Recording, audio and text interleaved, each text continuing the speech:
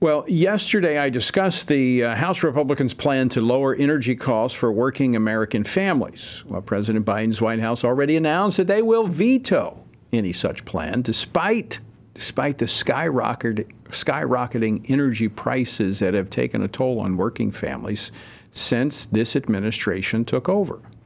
Once again, we see the Biden administration completely captured by the agenda of the left. Joining me now to discuss this and more is the House Majority Leader, Steve Scalise. He represents the 1st Congressional District of my home state of Louisiana. Steve, welcome back to the program. Always great to be back with you, Tony. Thanks for having me.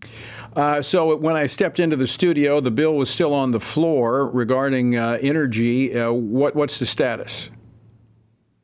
Yeah, the debate just started a little while ago. It's going to go through today, tomorrow, and then we're going to vote on it on Thursday. So we have a number of amendments we're working through. We'll have those votes tomorrow. But you're going to see a healthy debate on the House floor these next few days about how you can lower energy costs for families. Everybody in America knows we're paying too much at the pump, 40% higher at the pump because of Joe Biden's attack on American energy. Families are also paying 20, 30% more in their household electricity costs. Plus, Tony, this permeates every other part of our economy. One of the biggest drivers of inflation are high energy costs, and we can fix it. We've got a bill to fix it. And whether Joe Biden just issued a veto threat, as you pointed out, Chuck Schumer said he doesn't want it. I guess Chuck Schumer wants us to be dependent on foreign countries like Russia, Iran, Venezuela for our energy, for God's sake. But ultimately, I think most Americans, Republican, Democrat, they want lower energy costs and they want to make more things in America. And this is a way to do it. Now, Steve, this is, as I understand it, this is a comprehensive bill. This is something Republicans have been noodling for quite some time. It's not just something that popped up in the last couple of months. This is something that even when you're in the minority, it's a compilation of multiple bills to try and move our economy forward with lower energy costs. Yeah, Tony, it's a major energy package. Again, the Lower Energy Costs Act is about 20 different bills from 3 major committees: the Energy and Commerce Committee, the Natural Resources Committee, and the Transportation Committee. And we pulled all these bills together that are focused on different areas of energy production. What is holding back American energy production and making us more dependent on foreign countries? A lot of it is Biden administration policies, but there are also laws too. So what we wanted to do is streamline the permitting process. You know, right now you might have to go through 4 or 5 different federal agencies.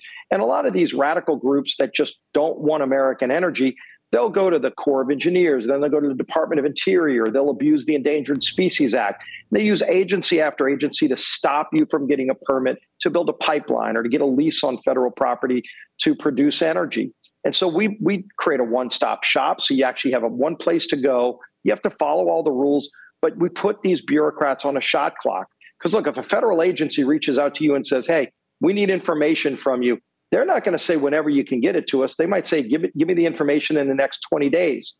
Yet you can send them information and request a permit. You might not hear back for months or years. And so we put the federal bureaucrats on a shot clock, just like they put everybody else on one, so that you can get answers on a timely basis. But also, let's allow our country to build things like pipelines. It's hard to move energy around if you don't have pipelines.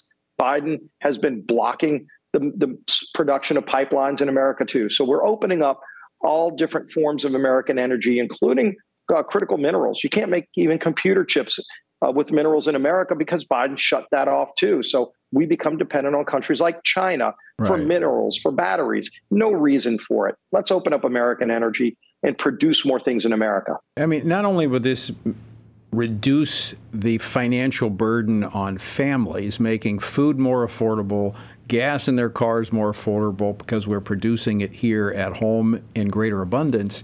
But it's interesting to watch the Democrats on this calling H.R. 1 Pollution Over People Act. When America actually, we are better environmentally when it comes to producing energy than some of these countries we are now having to turn to. Yeah, Tony, you're exactly right. And in fact, if you look at pollution, it's Democrat policies that have created more pollution. Because when Joe Biden shuts down the Keystone Pipeline, for example, he's not against all pipelines. He's just against American pipelines. He greenlighted Putin's pipeline from Russia to Germany. When he shut down production of leases, canceled lease sales in America, He greenlighted and literally flew Air Force One over to Saudi Arabia and begged them to produce more oil. Nobody has better standards than us in America. And you know this, Tony.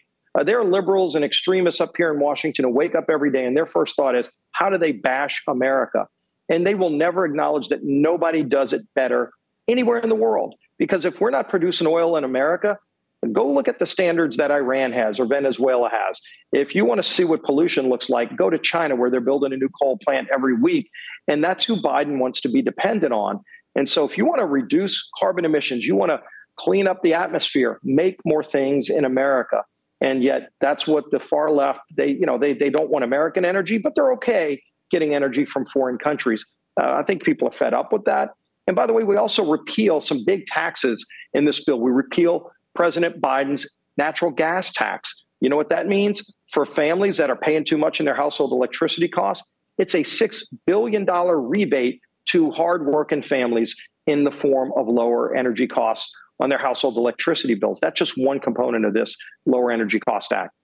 Now, Steve, I know you got to get back to the House floor here in just a moment, but the Republicans, and I commend you and the Speaker for pushing forward with the very things you said you were going to do. And I'll have to say, after being here 20 years in Washington, observing the process, that's not always the case. Last week, you pushed forward with one of the key bills that you said you were going to do, the Parental Bill of Rights Act. It passed the House, probably going to be set on in the Senate and not moved. But I want to get you to comment on two things in the few minutes you have left with us. Number one, that bill, but there's also a connection with the tragedy, I think, that happened yesterday in Tennessee, in Nashville, something that I'm sure is heavy on your heart. But allowing parents to be more involved in the lives of their children and making critical decisions for them and not allowing them to be indoctrinated and being misled by a system that has a value set that, quite frankly, is far removed from where many families are today. Yeah, Tony, it's so sad. When you hear a tragedy like this, I know you and I both, our first thought is to pray for the victims and the families. Unfortunately, you see more and more on the left, their first thought is how can they exploit a tragedy for their own political gain. It's a disgusting way to look at something like this. But at the same time, I think you also recognize that over time, the left has tried to push God out of schools, push our values out of all public places. And you see a breakdown in society because of it. So we've got to get back to those basic conservative principles that have made this country great. Let's confront some of these problems. The Parents' Bill of Rights was a really good example. Julia Letlow's bill went through the Education Committee and says parents ought to have a say in their kids' education.